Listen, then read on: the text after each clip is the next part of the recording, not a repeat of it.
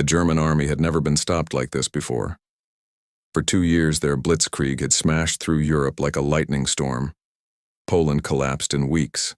France fell in just 40 days. Entire armies were surrounded and destroyed before they even understood what was happening.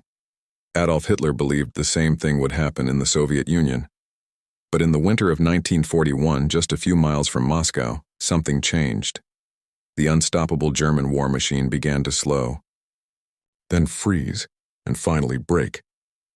German soldiers standing in the frozen forests outside Moscow could barely believe where they were. Only months earlier, they had marched confidently across thousands of miles of Soviet territory. Their commanders promised them the war would be over before winter arrived. Yet now, winter was already here. Snow covered the roads. Engines refused to start.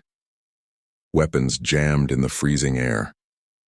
And somewhere in the distance, the Red Army was preparing something that would shock the world. Welcome to History Plus, where we explore the moments that changed history forever. If you enjoy powerful true stories from World War II and want to see more content like this, make sure you hit the like button and subscribe to the channel.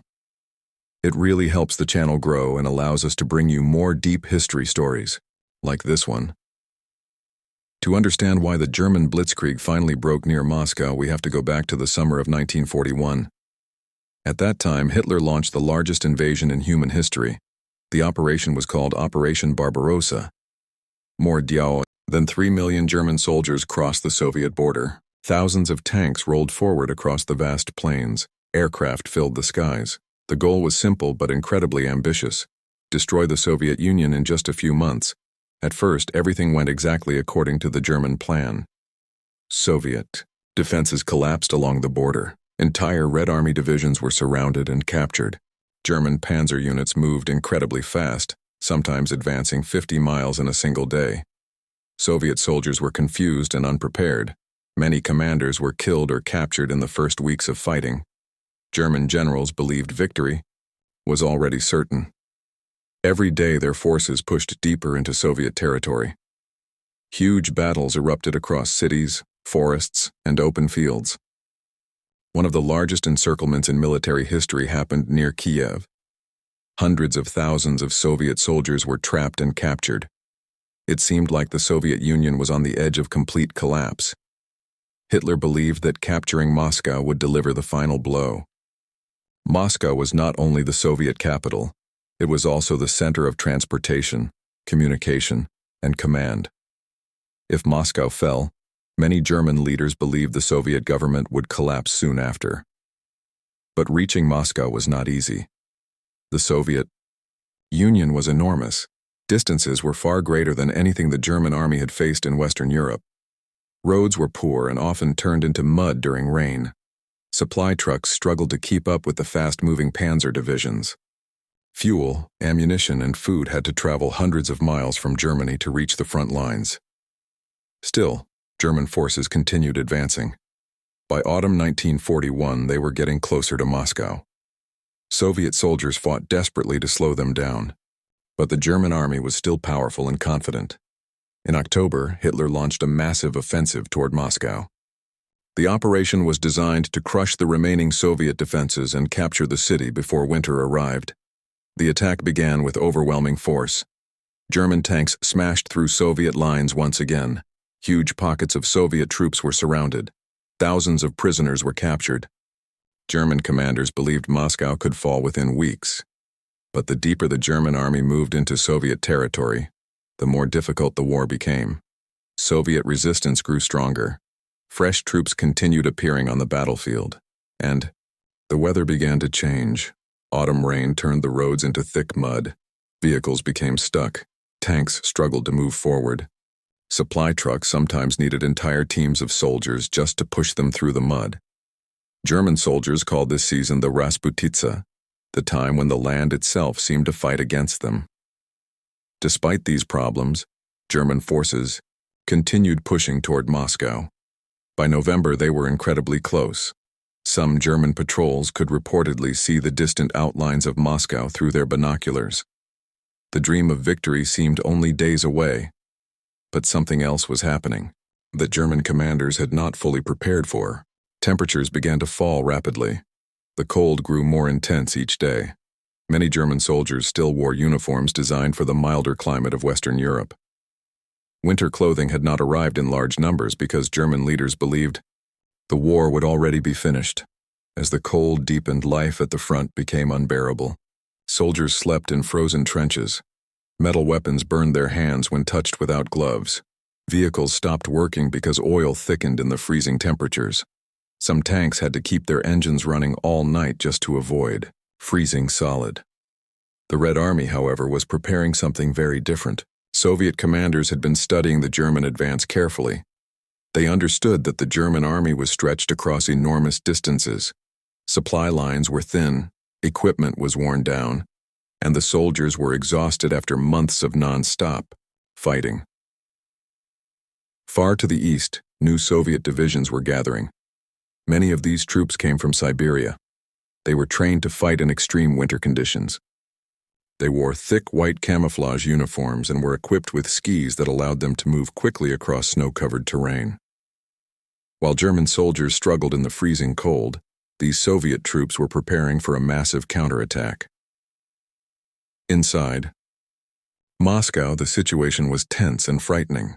The sound of distant artillery could sometimes be heard in the city. Civilians dug defensive trenches around the capital. Factories continued producing weapons day and night. Many people feared the German army could enter the city at any moment. Yet Soviet leader Joseph Stalin made a critical decision. Instead of abandoning Moscow, he chose to stay in the city. His presence helped maintain morale among soldiers and civilians. The Soviet government ordered every possible resource to be used to defend the capital. Meanwhile, German forces prepared for one final push toward Moscow. They believed that one more powerful attack could finally capture the city. But they did not realize that the Red Army was about to launch one of the most dramatic counterattacks of the entire war. In early December 1941, temperatures dropped to nearly -40 degrees Celsius. For many German soldiers, this level of cold was completely unimaginable. Weapons malfunctioned. Trucks refused to start. Frostbite began injuring thousands of men. Then suddenly the Soviet counteroffensive began. From the frozen forests around Moscow, fresh Soviet divisions attacked the exhausted German lines. Ski troops moved silently across the snow. Tanks designed for winter warfare pushed forward through the frozen ground. The Red Army struck along multiple sections of the front at the same time. German soldiers who had spent months attacking were suddenly forced into desperate defensive battles. And for the first time since the invasion of the Soviet Union began, the unstoppable German Blitzkrieg was about to face a serious defeat. But what happened next shocked even experienced German generals, because the Red Army was not simply defending Moscow anymore. They were pushing the German army backward, and this moment would change the entire course of World War II. On History Plus, we look closely at these critical turning points that reshaped global history. And what happened during the winter outside Moscow would prove that Germany's lightning war was not invincible. Because once the German army began retreating from Moscow, the myth of their unstoppable power started to disappear. And the frozen battlefields of Russia were about to become one of the most brutal and decisive fronts of the entire war. The question now was simple but terrifying for both sides. Could the Red Army completely push the Germans away from Moscow? Or would the German army somehow recover and launch another deadly attack? What followed in the freezing winter of 1941 would decide the fate of millions of soldiers and change the direction of the war forever. The Soviet counterattack that began in early December 1941 caught many German commanders completely off guard. For months, the German army had been attacking non-stop, pushing deeper and deeper into Soviet territory. Now, suddenly, they were the ones being attacked. Fresh Soviet divisions, many of them from Siberia, moved quickly across the frozen landscape. These soldiers were trained for extreme winter conditions. They wore thick winter clothing and used skis to move silently through the snow. Compared to the exhausted German troops, they had a clear advantage. German soldiers were already struggling with the brutal winter. Temperatures were so cold that metal weapons froze to bare skin. Trucks refused to start. Tank engines stopped working overnight. Many soldiers did not even have proper winter coats. Frostbite became a serious problem across the front. Some units lost more men to the cold than to enemy fire. When the Red Army launched its attacks, the German front lines began to crack. Soviet artillery pounded German positions while infantry advanced through forests and villages covered in snow. German soldiers fought back hard, but the conditions made everything difficult. Ammunition had to be carried through deep snow. Communication lines were often cut. Many commanders could not clearly see what was happening across the battlefield. The Canada. Soviet attacks pushed into weak points in the German lines. In several areas, the German army was forced to retreat to avoid being surrounded. For the first time since Operation Barbarossa began, the powerful German army was losing ground on a large scale. The myth of unstoppable Blitzkrieg was starting to break. German generals urgently requested permission to pull back to safer defensive positions. They believed a controlled retreat could save thousands of soldiers and allow the army to regroup. But Adolf Hitler strongly opposed this idea. He believed that any retreat would destroy morale and lead to complete collapse. Instead, he ordered his troops to stand their ground and fight where they were. This decision created enormous pressure on German soldiers. Many units were forced to defend positions that were nearly impossible to hold. Supplies were running low, and the winter continued to grow more brutal every day. Meanwhile, Soviet forces continued attacking again and again, slowly pushing the German army farther away from Moscow. For the first time in the war against the Soviet Union, the Red Army had seized the initiative, and the frozen battlefields around Moscow were turning into one of the most dangerous situations the German army had faced since the war began. As the Soviet counteroffensive continued through December 1941, the situation for German forces became even more dangerous. Entire sections of the front were under constant pressure. Soviet troops attacked again and again, often appearing suddenly from forests or snow-covered hills. Their goal was clear: push the German army as far away from Moscow as possible. German soldiers were now fighting a completely different kind of war than they had experienced earlier in the invasion. During the summer and autumn, they had advanced quickly across open territory using speed and surprise. Now they were trapped in freezing defensive battles, struggling just to survive. Each day, snowstorms reduced visibility, roads were blocked, supply lines were stretched to the breaking point. Many German commanders believed the army needed to retreat further west to shorter defensive lines. This would make it easier to bring in supplies and stabilize the front. But Hitler refused to allow a large retreat. His orders were strict. Every unit had to hold its position no matter the cost. Some generals strongly disagreed with this decision. They believed the army could be destroyed if it remained in exposed positions during the winter. Yet despite their concerns, most commanders followed the orders. German soldiers dug deeper defensive positions and fought desperately to stop the Soviet advance. Meanwhile, the Red Army continued gaining confidence. The successful defense of Moscow had already become a powerful symbol across the Soviet Union. For the first time since the German invasion began, people believed the enemy could actually be defeated. New Soviet units kept arriving at the front, bringing fresh energy to the battlefield. Slowly but steadily, German forces were pushed farther from Moscow. In some areas, they retreated over 100 miles from their previous positions. The Soviet counterattack did not destroy the German army completely, but it forced them to abandon their dream of capturing the Soviet capital. The lightning war that had crushed so many countries in Europe had finally been stopped.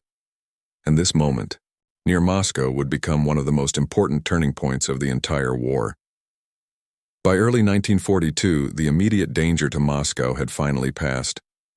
The Soviet counteroffensive had pushed German forces far enough away from the city to remove the threat of its capture. For the first time since Operation Barbarossa began, the German army had suffered a major strategic failure. The battle around Moscow proved something very important to the entire world. The German army, which had seemed unstoppable across Europe, could actually be stopped and pushed back. Blitzkrieg had worked with incredible speed in the early years of the war, but the vast size of the Soviet Union, the brutal winter, and the determination of the Red Army created challenges Germany had never faced before. German forces still controlled huge areas of Soviet territory, and the war in the East was far from over. But the failure to capture Moscow changed the direction of the conflict. It gave the Soviet Union time to rebuild its armies, strengthen its defenses, and prepare for even larger battles that would come later in places like Stalingrad and Kursk. 4. German soldiers on the Eastern Front, the winter of 1941 became a memory of extreme hardship. Many of them realized that the war against the Soviet Union would not end quickly. Instead, it was turning into a long and brutal struggle that would last for years. Looking back today, historians often describe the Battle of Moscow as one of the first major turning points of World War II. It showed that Germany's rapid victories could be stopped, and it gave the Soviet Union the confidence to continue fighting. Moments like this are exactly why we explore history here on History Pluse. The frozen battlefields outside Moscow were not just another battle. They were a moment when the future of the war began to change. If you found this story interesting, let us know in the comments. Do you think the German army could have captured Moscow if the winter had not arrived so early? Share your thoughts below because we read every comment. And if you enjoyed this deep dive into history, make sure you like the video and share it with friends who enjoy World War II stories. Your support helps History Plus bring more powerful historical stories to the channel. Because sometimes one winter, one battle, and one moment of resistance can change the course of history forever.